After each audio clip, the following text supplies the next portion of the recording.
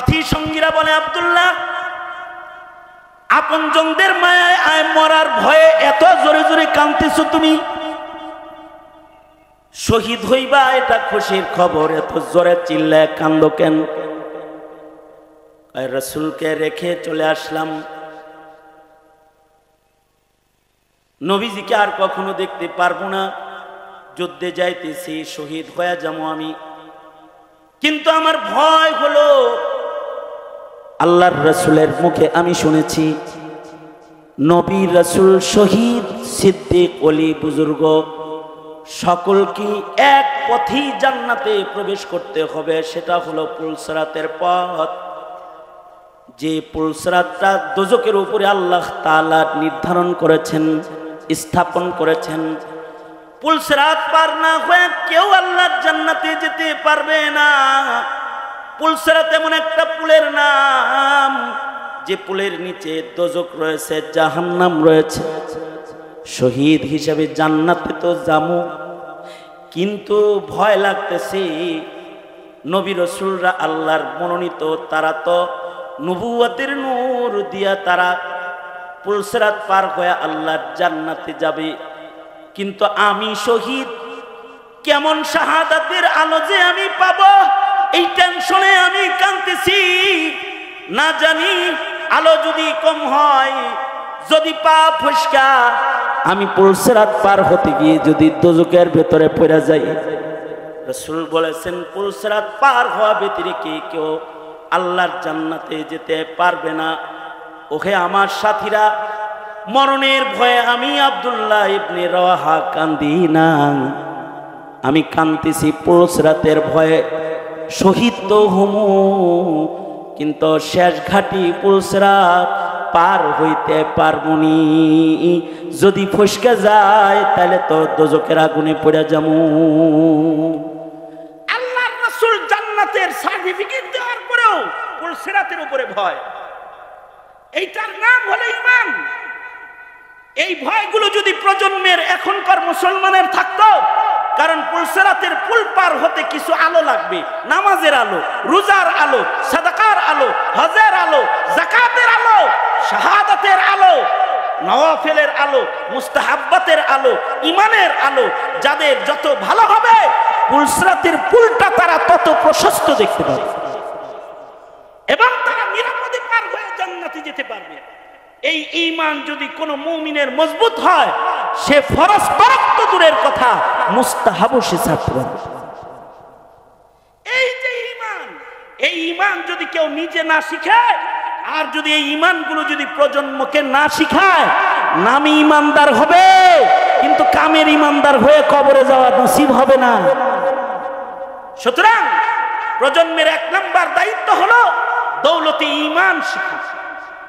কারণ ঈমান ঠিক, জান্নাত নিশ্চিত। ঈমান গর্ব, জান্নাতের পথ গর্ব। মুহতারাম হাজিরিন, আমাদের সন্তানদের ঈমান যেন বেদিনরা নষ্ট করে না ফেলতে পারে। সরকারের শিক্ষা সিলেবাসের দিকে তাকিয়ে থাকলে হবে না, নিজের ঘরে শিক্ষা সিলেবাস বাস্তবায়ন করুন। যেই শিক্ষা সিলেবাস হবে আপনার ঘরের সন্তানের ঈমান শিক্ষার শিক্ষা সিলেবাস। আপনি বাংলাদেশের সরকার না, কিন্তু আপনি 15 সদস্য বিশিষ্ট আপনার ঘরের সরকার। আপনি আপনার ঘরের ডক্টর ইউনূস, আপনি আপনার ঘরের খালেদা জিয়া, শেখ হাসিনা। আপনি আপনার ঘরকে ঠিক করেন, ঘরের সন্তানের ঈমানকে নিশ্চিত করেন। আপনার সন্তান যেন আসাদ নূরের দলে না যায়। যদি চলে যায় তাহলে আদর্শ পিতা হিসেবে দাঁড়াতে পারবেন না। অমন পিতাকেও ঠান্ডা মেরে ঠান্ডা করা হবে ময়দানে মাশারে। এই পিতাগুলোকেও শাস্তি দেওয়া হবে। সঙ্গত কারণেই আসুন আমরা আমাদের ঈমানের প্রতি যত্নবান হই। শেষ কথা, এই দেশের আলেম ওলামারা শেখ হাসিনার চেয়ার নিয়েও টান দেয় নাই, খালেদা জিয়ার চেয়ার নিয়েও টান দেয় নাই, এরশাদ চাচার লাঙ্গলেও টানাটানি করে নাই। কিন্তু এই দেশের আলেমরা যত মজলুম হয়েছে, গণতান্ত্রিক কোন দলের কোন সদস্য এত মজলুম হয় না। সবার দ্বারা নির্যাতিত হয়েছে। কারণ কি? এরা কি চেয়ার আর ক্ষমতার রাজনীতি করে? এই জন্য না, এরা এরকম হাজার হাজার জনতা বসলে তাদেরকে ইমানের কথা বলে, ইসলামের কথা বলে। যাদের এই কথাগুলো ভালো লাগে না, ওরা চায় এরা যেন জাতির সামনে মুখ খুলতে না পারে, তাদেরকে জেলখানায় বন্দী করে দেয়, তাদেরকে আটকায় দেয়, তাদের জবানে তালা লাগায় দেয়।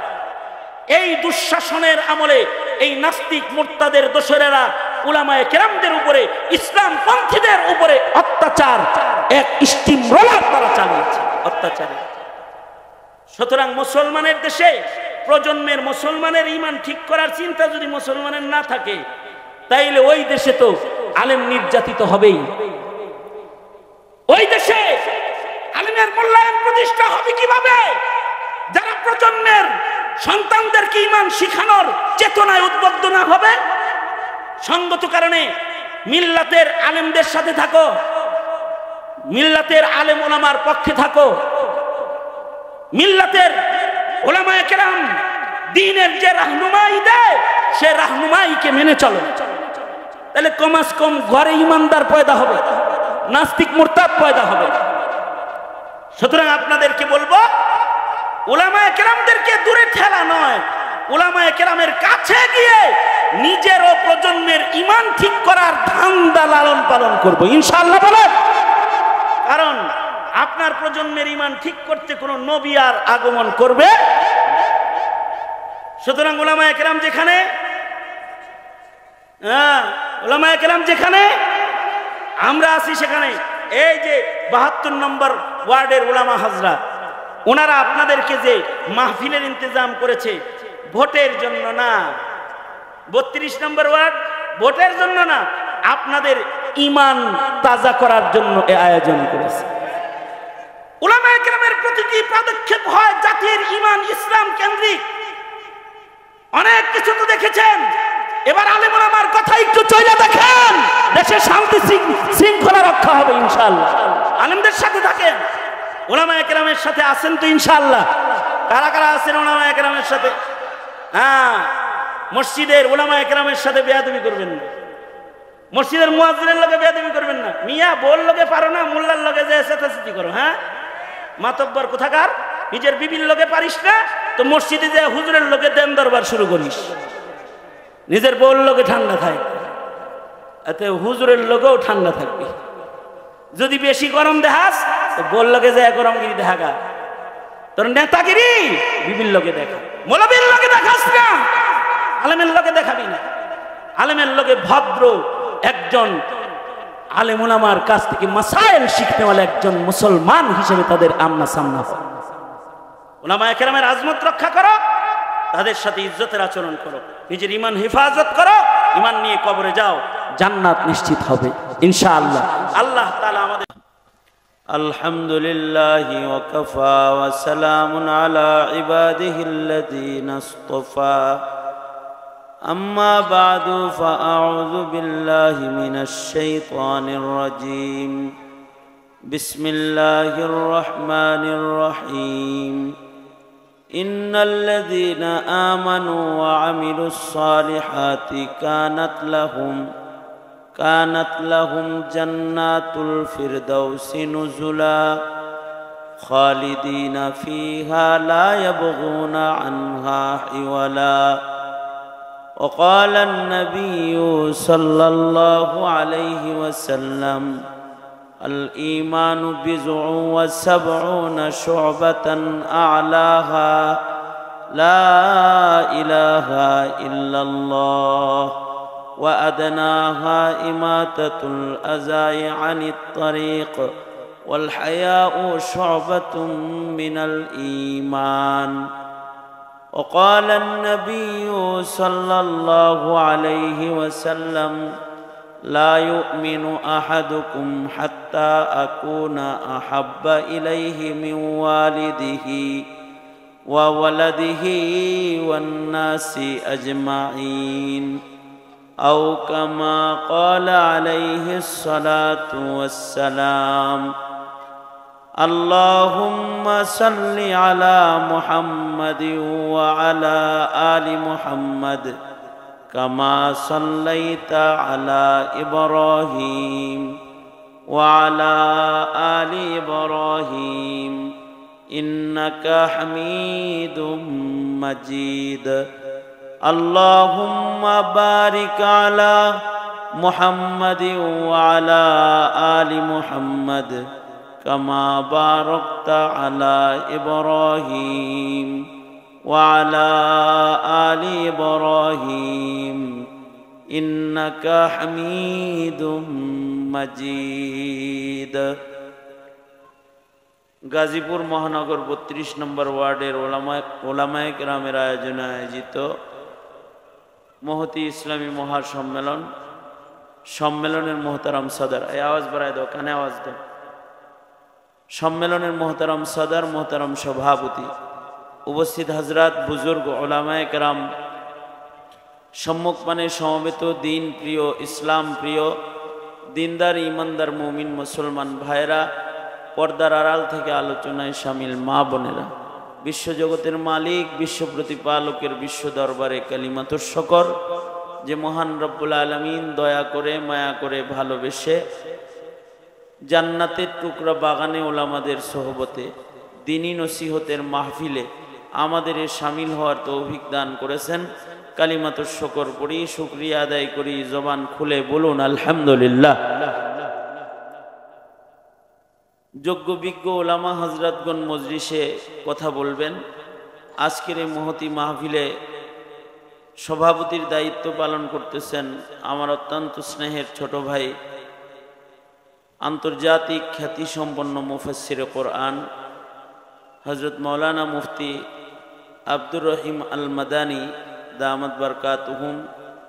আরও অনেক বিজ্ঞ ওলামা হজরতগণ উপস্থিত হবেন, তারা গুরুত্বপূর্ণ নসিহা আপনাদেরকে করবেন। আপনারা এ আলানে দেখেছেন আমার আলোচনা ছিল বাদাল আসর, আসরের নামাজের পরে, আর আমাকে দাওয়াত দিছে যে হুজুর খালি হাজিরা দিয়ে গেলেই চলবো, ওয়াজ করতে হইব না, এই কথাই বলছে। তারপরেও যেহেতু বসে গেছি অসুস্থ বদনে, মুখতাসার কিছু কথা। আমাদের জিন্দেগির আসল সম্বল কি এটা আগে জানতে হবে, বুঝতে হবে। আমরা তো এই পৃথিবীতে স্থায়ী নই। আমাদের পূর্বে যারা এখানে এসেছে তারাও স্থায়ী হয় নাই, আমরাও স্থায়ী হব না। আমাদের পরে যারা আসবে তারাও স্থায়ী হবে না। সকলকেই মরণের মাধ্যমে দুনিয়ার জগৎ ছেড়ে আলাদা একটা জগতে চলে যেতে হয়, যেটাকে আলমে বরজখ বলা হয়। আবার আলমে বরজখ থেকে আরেকটা জগতে উঠতে হবে আমাদেরকে ইসরাফিলের বাঁশির মাধ্যমে, যেটাকে আলমে আখেরাত বলা হয়।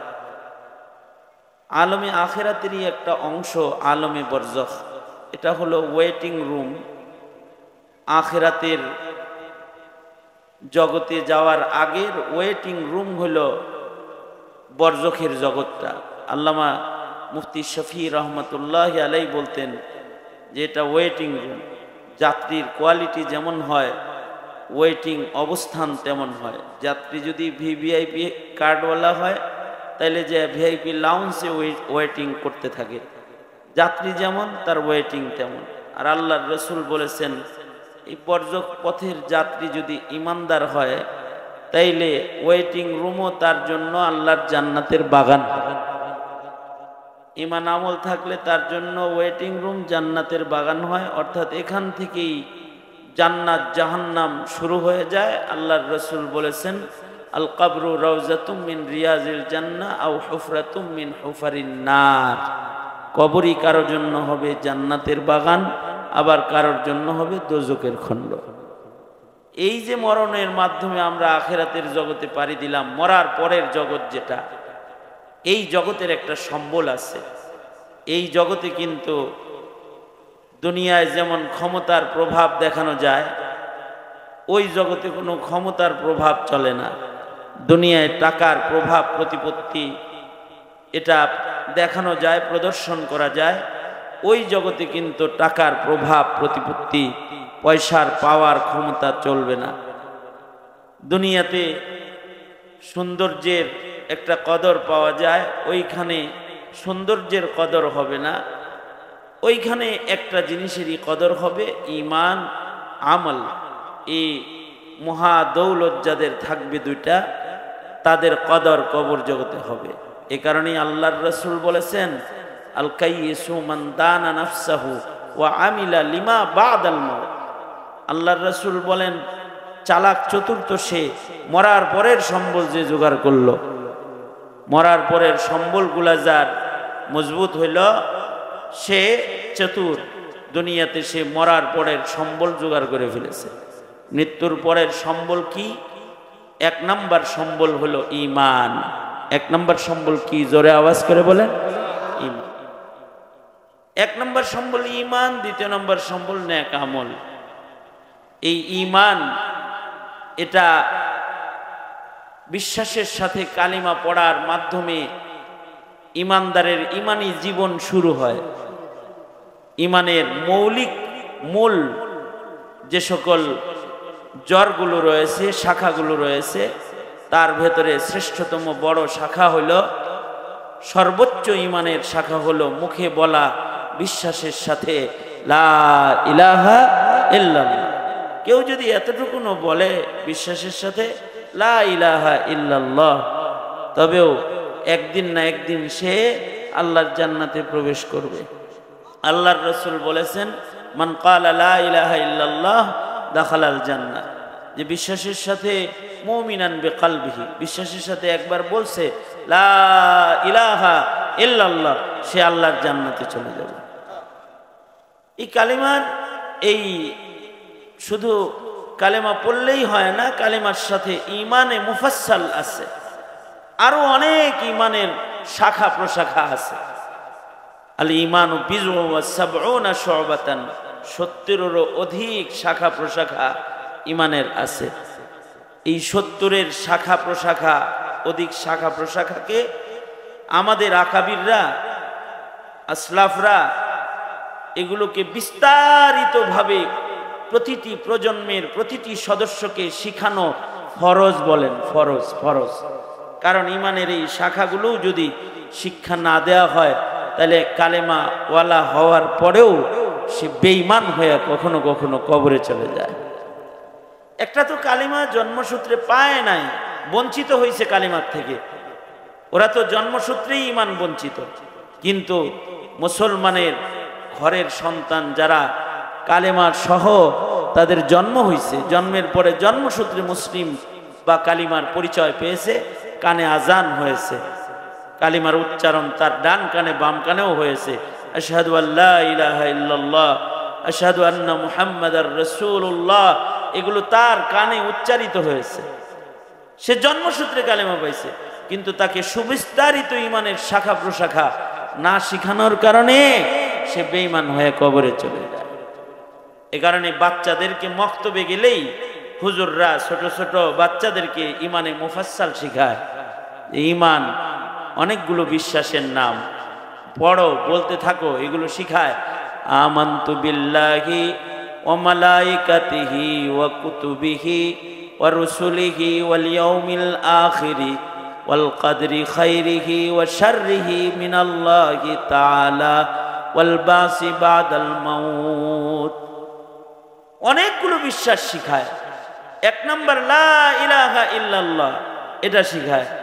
আল্লাহর উপরে ঈমান, যে আল্লাহ ছাড়া আর কোনো ইলাহ নাই, আল্লাহ আল্লাহ ছাড়া আর কোনো ইলাহ নাই, প্রভু রব একজন, তিনি আল্লাহ। লা ইলাহা ইল্লাল্লাহ, আলাহা লা ইলাহা ইল্লাল্লাহ। এছাড়া আরো শাখা প্রশাখা আছে। ও মালাইকাতিহি, আল্লাহর উপরে যেমন বিশ্বাস আনতে হয়, ফিরিস্তা আছে, ফিরিস্তার উপরে ঈমান আনতে হয়।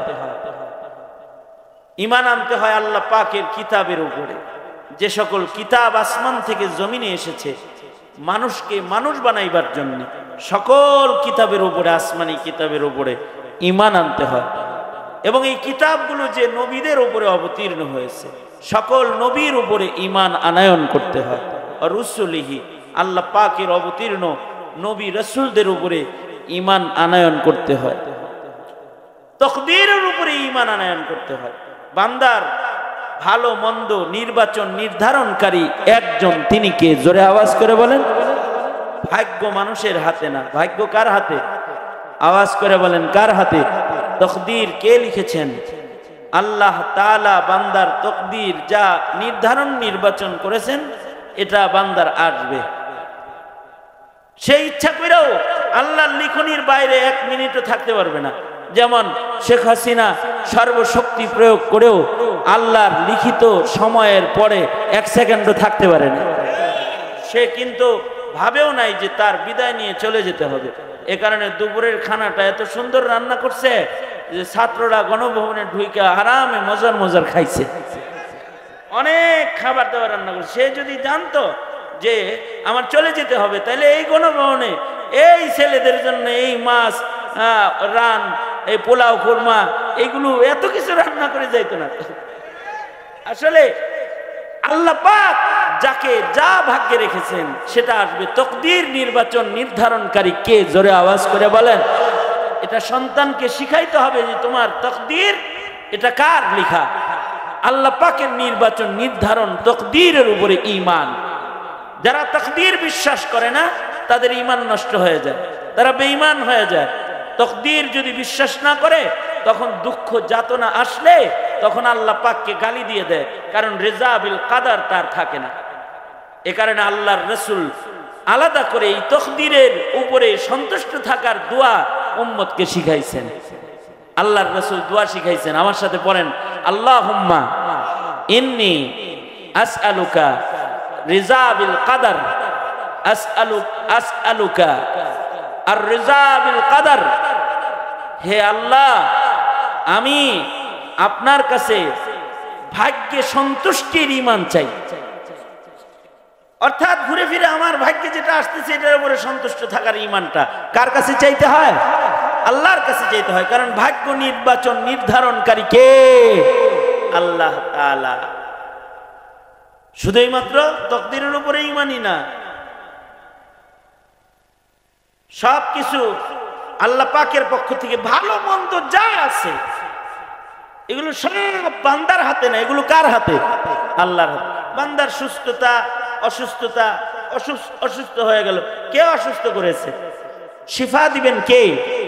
ডাক্তারের হাতে শিফা আছে? কোন ট্যাবলেটে শিফা আছে?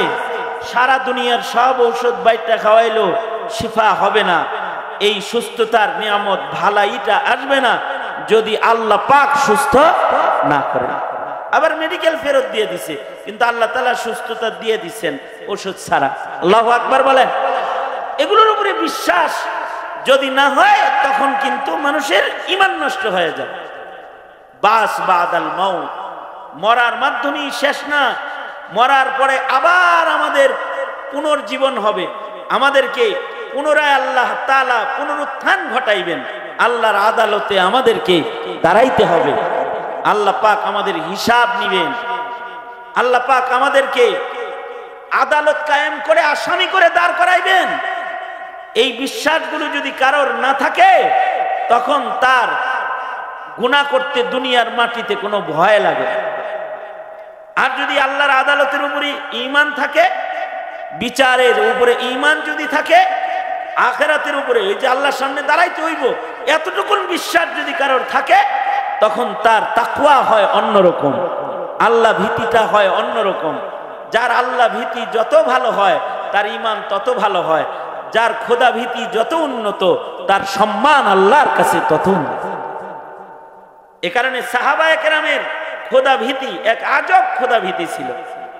আমাদের তো খোদা ভীতি নাই, আমাদের নেকিরও হিসাব নাই, আমাদের কবরের চিন্তাও নাই, আমাদের হাসরের চিন্তাও নাই। আর নাস্তিকরা আমাদের সমাজে এমন ভাবে মেহনত করতেছে এই জিনিসগুলার ঈমান নষ্ট করার জন্য। মরে মরে মরে মরে ঘাটে ঘাটে নাস্তিক বসে রয়েছে। নাস্তিকরা বলে ফিরিস্তা নাই, নাস্তিকরা বলে পুনরুত্থান বলতে কিছু নাই, নাস্তিকরা বলে দোজক নাই, জান্নাত নাই, নাস্তিকরা বলে বিচার নাই, মিজান নাই, ওরা পুলসিরাত নাই, ওরা বলে পুলসিরাত নাই। এমনকি নাস্তিকরা বলতে বলতে এটাও বলে আল্লাহ নাই। নাউজুবিল্লাহ, আরো আস্তে করে বলে। এবার বলুন তো তাইলে আল্লাহ আছে না নাই? জোরে আওয়াজ করে বলেন আছে না নাই?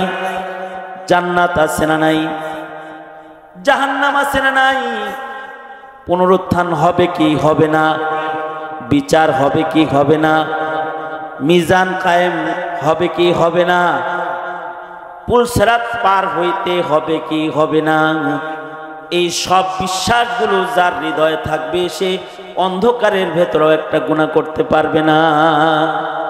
তার চিন্তা হইব সিসি ক্যামেরা এখানে না থাকলেও রবের সিসি ক্যামেরা সহ ফিরিস্তা আমার বাম কাঁধে বসে আছে, গুনাহটা করলেই লিখে ফেলবে। যদি এই ঈমান কারোর থাকে সে গুনাহ করবে না, সে মনে করবে একা ঘরে আমি একা না, এখানে কিরামান কাতিবিনও আছে, ইয়ালামুনা মা তাফআলুন, তারা সব দেখতেছে আমাকে। এই বিশ্বাসগুলো যদি থাকে আধারের ভেতরেও গুনাহ করতে পারবে না। আল্লাহু আকবার, জোরে করে বলেন।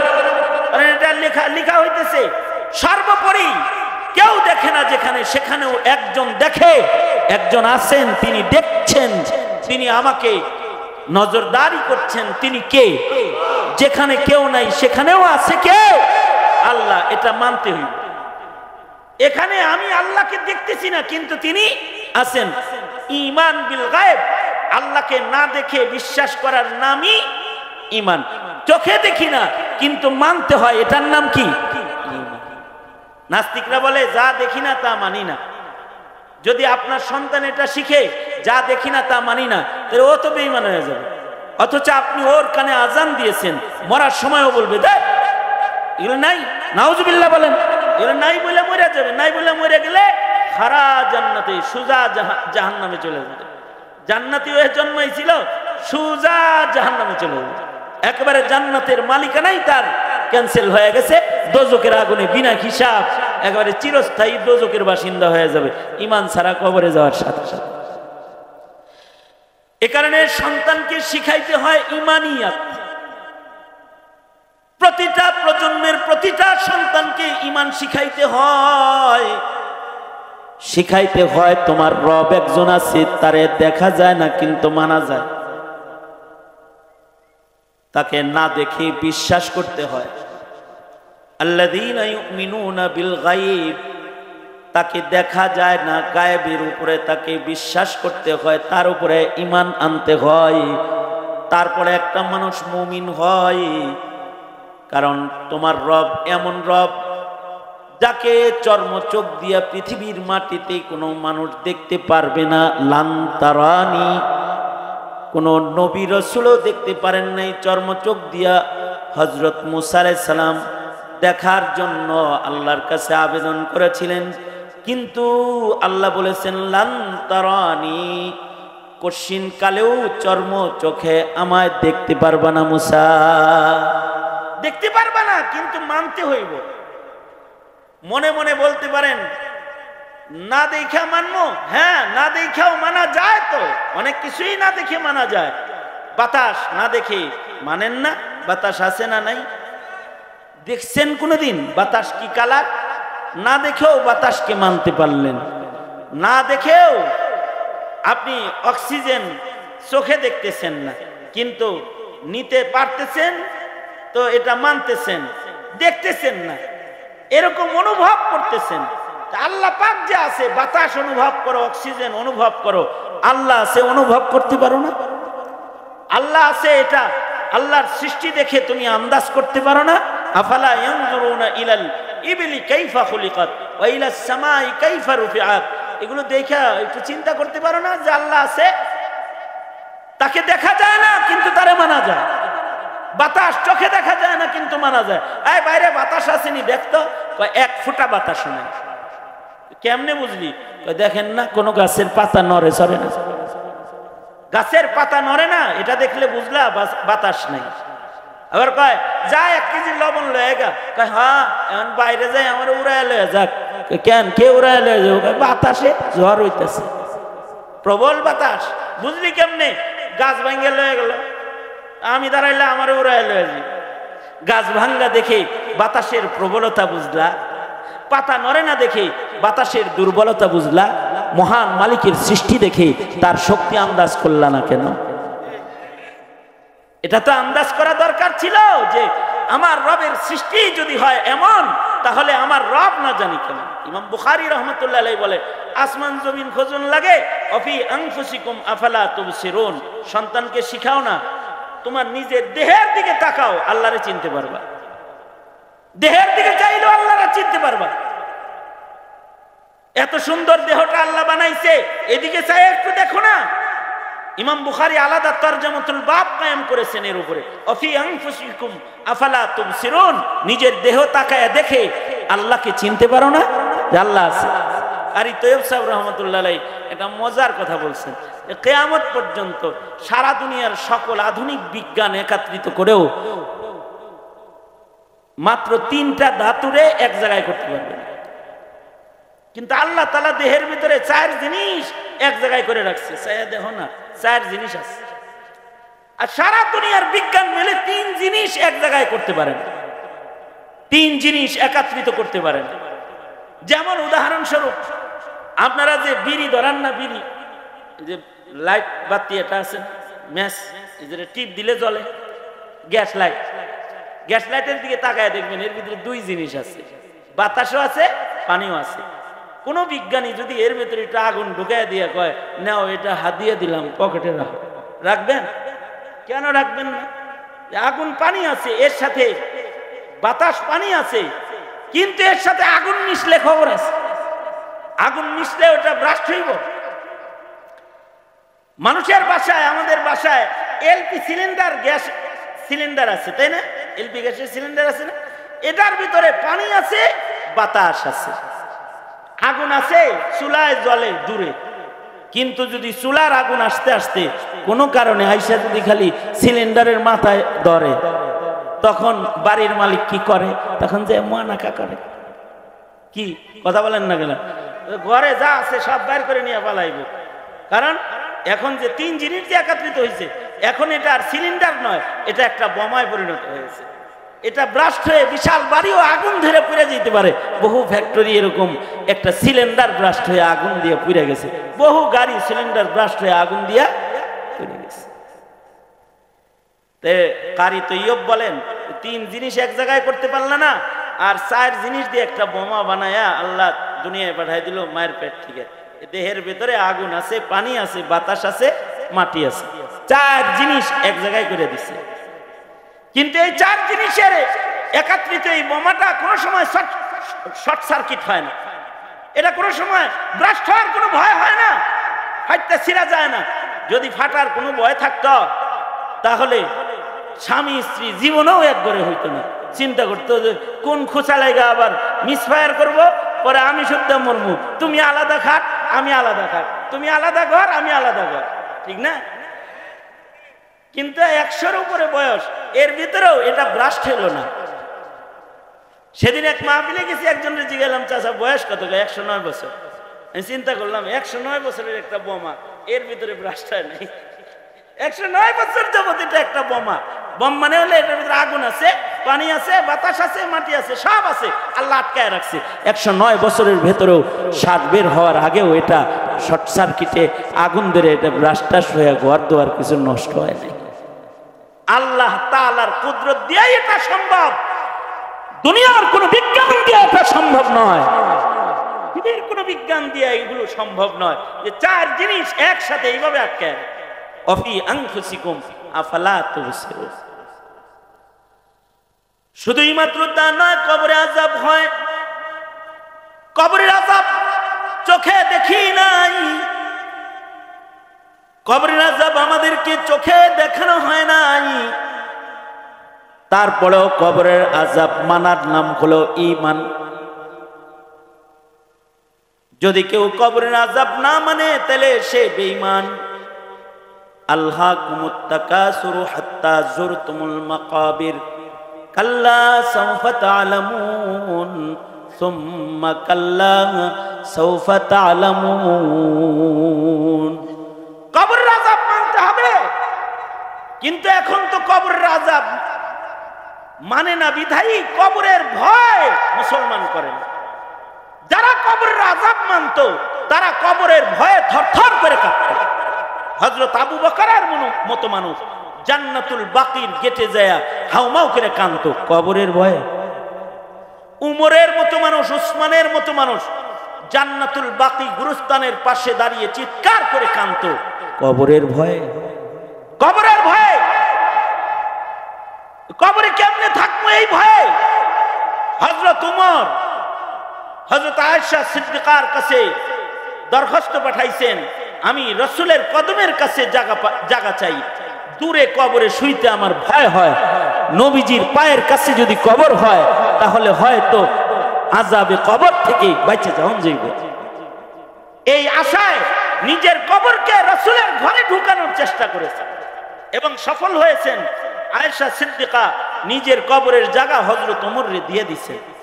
তুমি কোনোদিন কবরের চিন্তা করছো যে তোমার কবরটা কই হইব? জীবনে তো চিন্তাও করো নাই। এ কারণে কোন সময় সন্তানকে ওসিয়ত করো নাই যে একজন আলেমের লগে আমারে কবর দিস। তবে এখনো কিছু মানুষ পাওয়া যায় যারা এসে দরখাস্ত করে, হুজুর আপনার কবরটা কোন গোরস্থানে হইব, আপনাদের মতো আলেমদের সাথে আমি শুইতে চাই।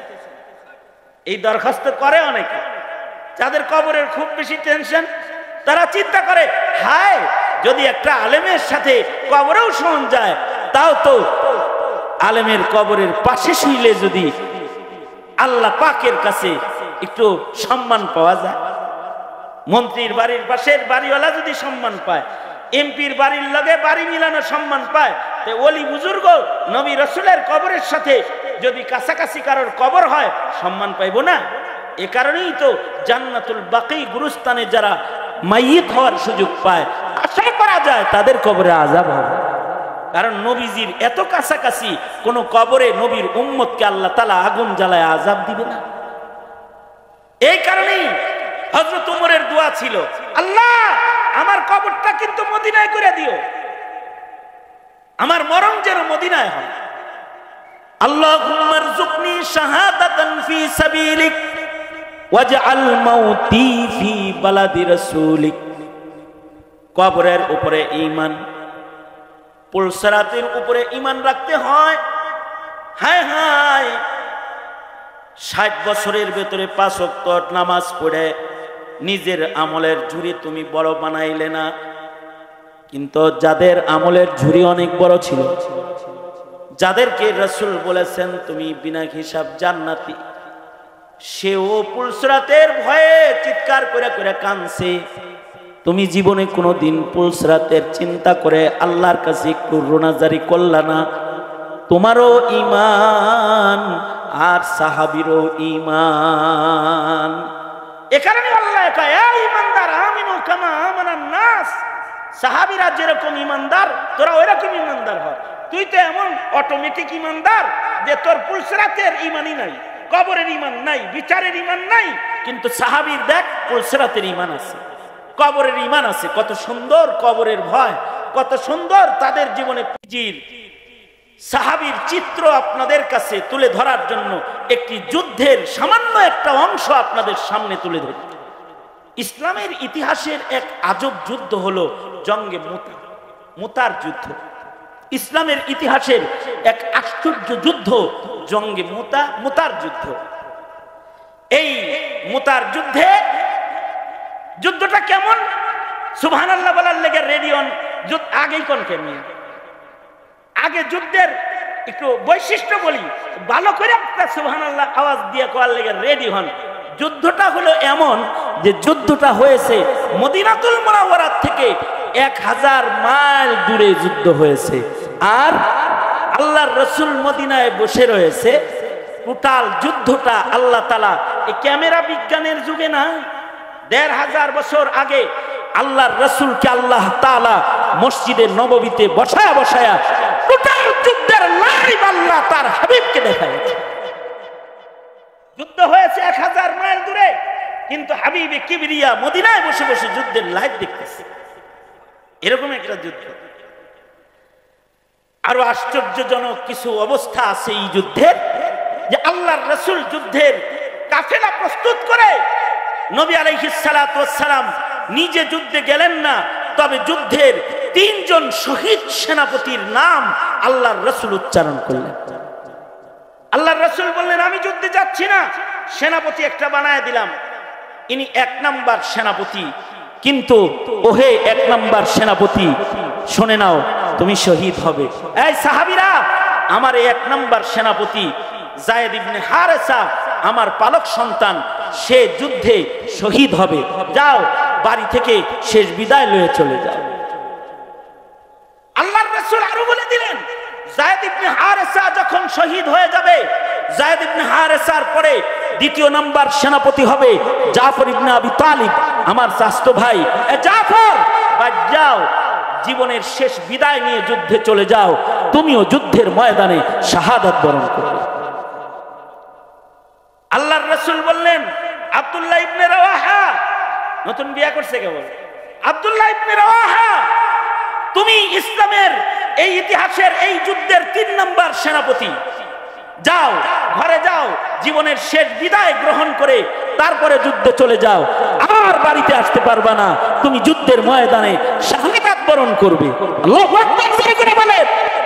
তার মানে কি, এই 3 জন মানুষ যাদেরকে নবী সেনাপতি বানায়া শহীদ হবেন বলে রাসূল নিজের জবানে শাহাদাতের সার্টিফিকেট প্রদান করলেন।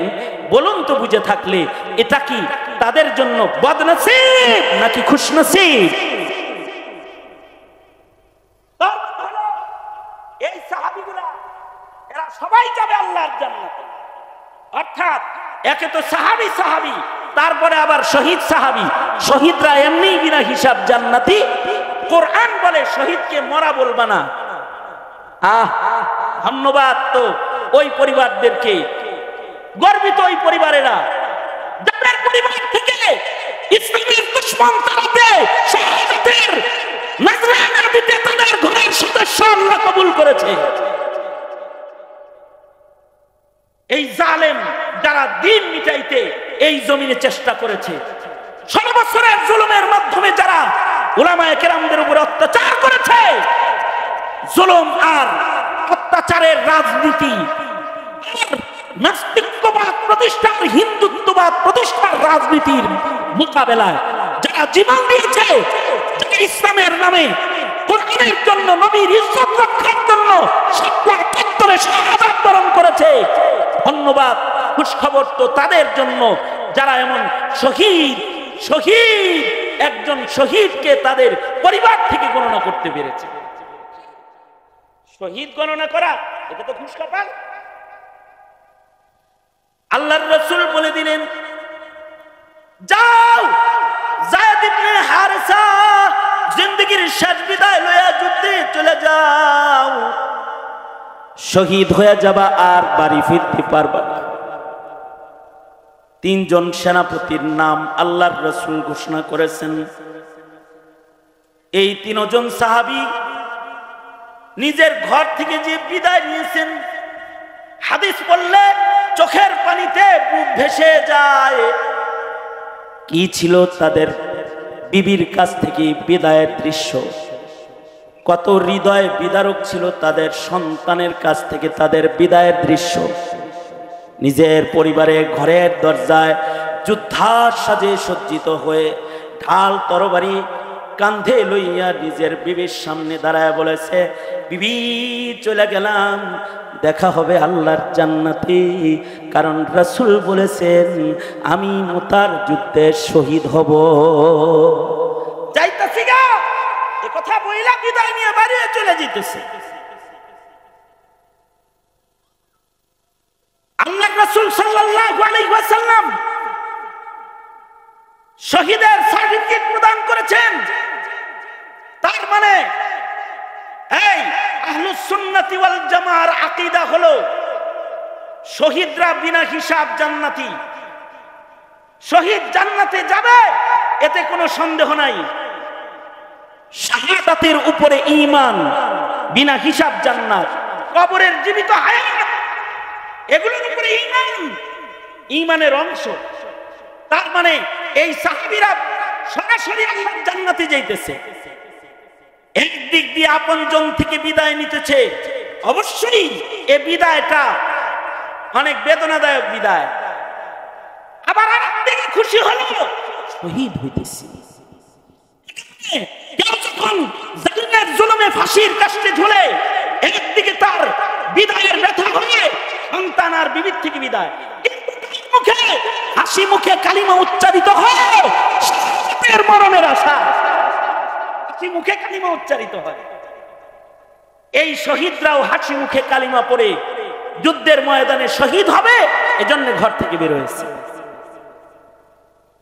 আল্লাহর রাসূলের আদাত মাফিক আল্লাহর নবী সাহাবায়ে কেরামদেরকে মদিনার বাইরে আগায় দিয়ে গেছেন। নবীজি যখন আগায় দিচ্ছিলেন এই কথাটা বলার জন্য, এখন যে কথাটা আমি বলতেছি আরেকটু বলে দিই, এই তিনজনই শহীদ হইলেন। যায়েদ ইবনে হারিসাও যা শহীদ হয়ে গেলেন, রাসূল মদিনায় বসে বসে বলে আমার যায়েদ কেবল শহীদ হয়ে জান্নাতে চলে গেল। দেখতেছে, লাইভ দেখতেছে। হযরত জাফর ইবনে আবি তালিব, জাফর তাইয়ার, ওনার শাহাদাতের দৃশ্যও রাসূল বলতেছেন বসে বসে। অর্থাৎ হযরত জাফর তিনি ডান হাতে ইসলামের পতাকা ধরেছেন। দুশমনরা জাফরের ওয়াজ করে নাই, আমি বলি না করতে পারি, আমার পিছনে বসে কথা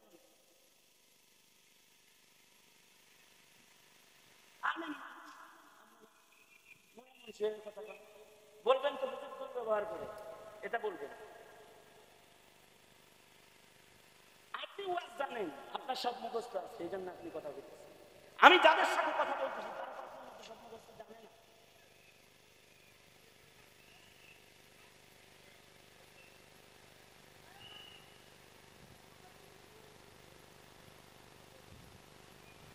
হযরত জাফর তাইয়ার শহীদ হলেন কেমনে? ডান হাত ঝান্ডা উঠাইছেন, দুশমন কেটে দিল, বাম হাতে ধরলেন, বাম হাতও কেটে দিল। এখন বাজুবিহীন নিজের মুখ দিয়ে ইসলামের ঝান্ডাকে দাঁতে কামড় দিয়ে উঠাইয়া ধরছে। দুশমন গলায় ছুরি মারছে, গলা কেটে গেছে, কিন্তু উনি দাঁত দিয়ে কামড় দিয়ে ইসলামের ঝান্ডা ধরে রেখেছে। তৃতীয় সেনাপতি আব্দুল্লাহ ইবনে রাওয়াহা এসে যখন বলেছে আমি ৩ নম্বর সেনাপতি, পতাকা ছেড়ে দাও জাফর, তখন দাঁত খুলে পতাকা ছেড়ে দিছে। আল্লাহর রাসূল বলতেছেন আমার জাফরের দুটি হাত কেটে দিয়েছে, আল্লাহ ওকে দুটি ডানা দান করেছে, ও কেবল উড়ে উড়ে আল্লাহর জান্নাতে চলে গেল। জাফর তাইয়ার পাখির মতো উড়ে জান্নাতে চলে গেছে। আব্দুল্লাহ ইবনে রাওয়াহা তিনিও শাহাদাত বরণ করেছে। রাসূলের দিক নির্দেশনা মাফিক নবীর আদেশ ছিল তিনও সেনাপতি শহীদ হওয়ার পরে তোমরা সেনাপতি বানায় নিবে একজন। সাহাবায়ে কেরাম যুদ্ধের ময়দানে খালিদ ইবনুল ওয়ালিদকে সেনাপতি হিসেবে নির্বাচন করেছেন। খালিদ সাইফুল্লাহ খালিদ ইবনুল ওয়ালিদ 9টা তরবারি ওই যুদ্ধে ভেঙেছেন। 10ম তরবারি দিয়া যুদ্ধে তিনি বিজয় অর্জন করেছেন, দুশমনরা ভেগে পালাইছে।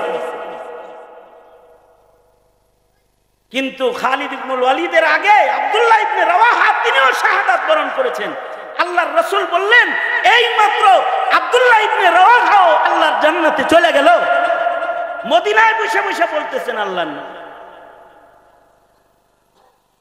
আমার বলার কথা হলো এখানে যেটা, সেটা হলো এই সাহাবীরা শহীদ হবে জান্নাত বুইজা জান্নাতে যাবে, জান্নাতের সার্টিফিকেট লয়া তারপরে যুদ্ধে যাইতেছে।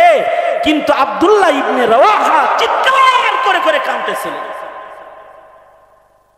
সাথী সঙ্গীরা বলে আব্দুল্লাহ আপনজনদের মায়ায় মরার ভয়ে এত জোরে জোরে কাঁদতেছো তুমি? শহীদ হইবা এটা খুশির খবর, এত জোরে চিল্লায় কান্দো কেন? রাসূলকে রেখে চলে আসলাম,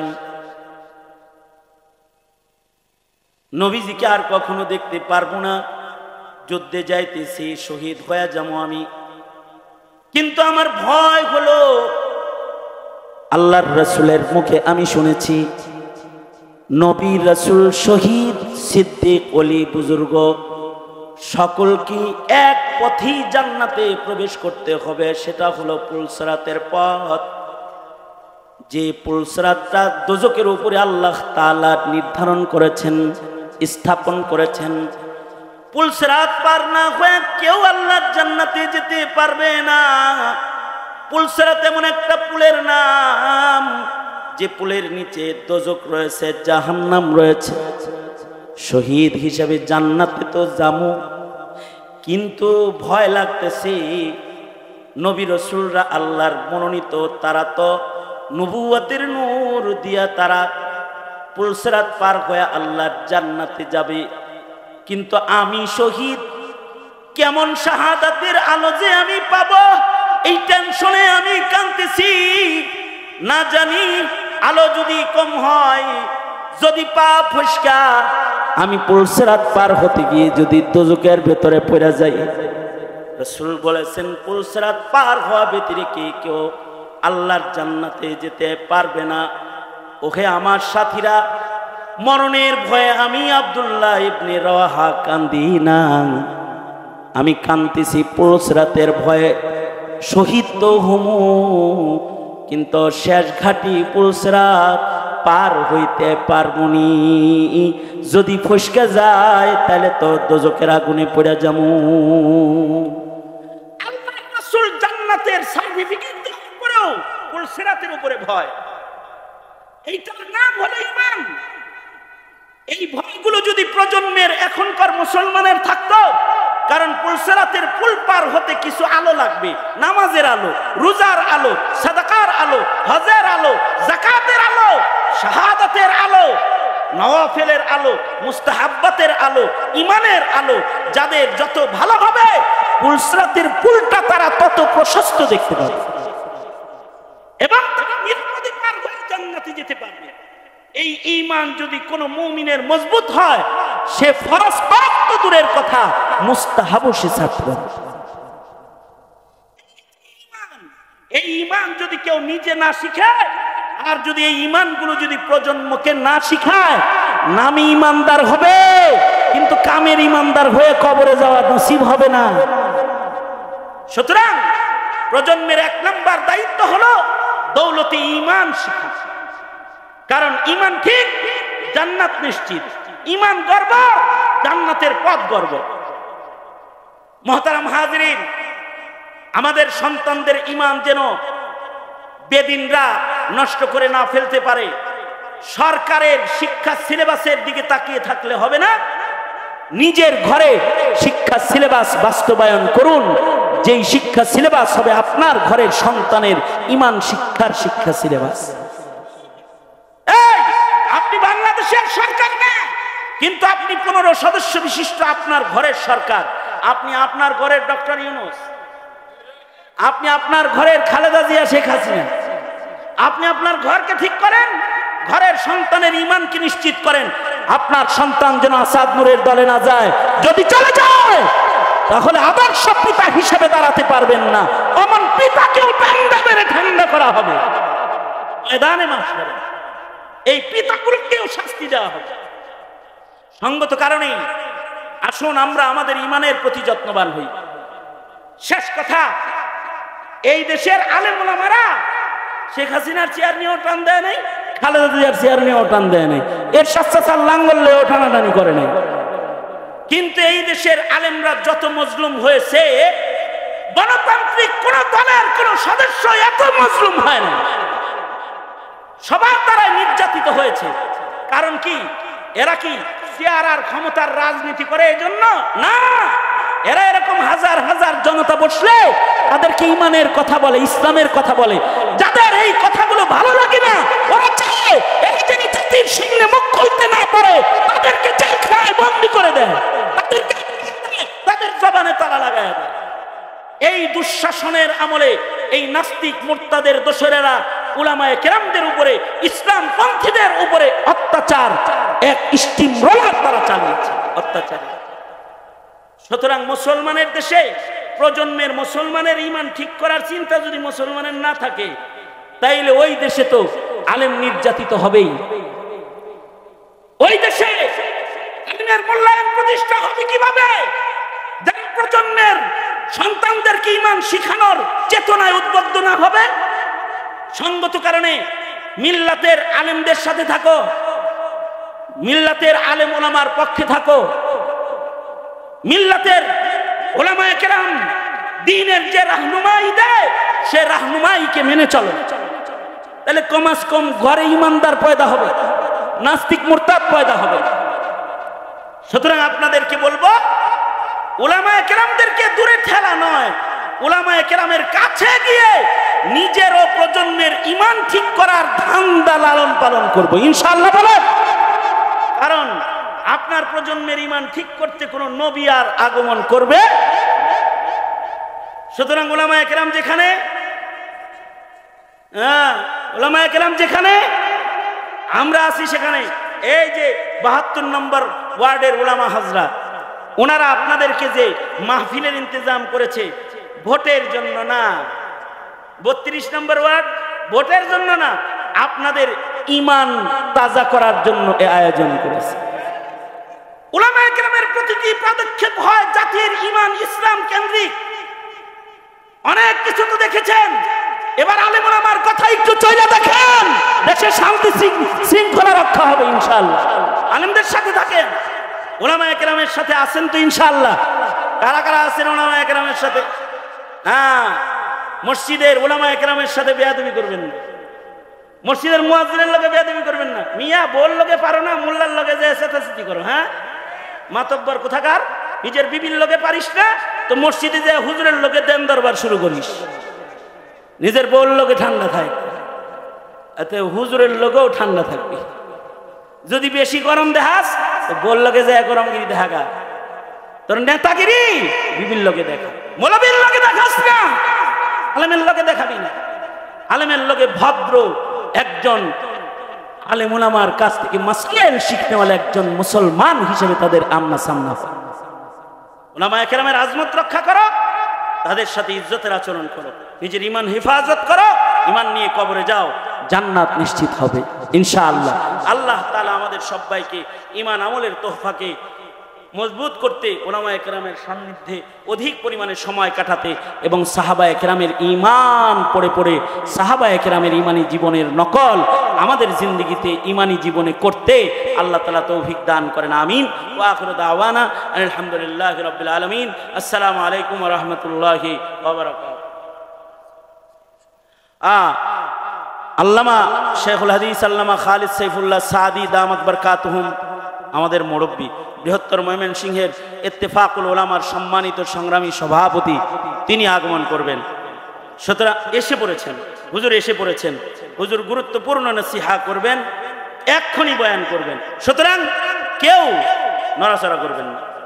আমার পিতৃতুল্য মুরব্বী, আমি যখন ছোট তখন আমাকে বলছে তুমি আমার ছেলে, এবং হুজুর আমার দাওরায়ে হাদিসের বছর আমার মাথার পাগড়ি দিয়েছেন হুজুর, আমার পাগড়ি পেছানোর দায়িত্বটা হুজুরের উপরে গেছে। ওই থেকে পিতৃতুল্য শ্রদ্ধা আমি করি, ছেলের মতো স্নেহ আমাকে হুজুর করেন। হুজুর এখন গুরুত্বপূর্ণ কথা বলবেন, নসিহা করবেন, আমরা আজমতের সাথে বসি। আল্লাহ তাআলা তৌফিক দান।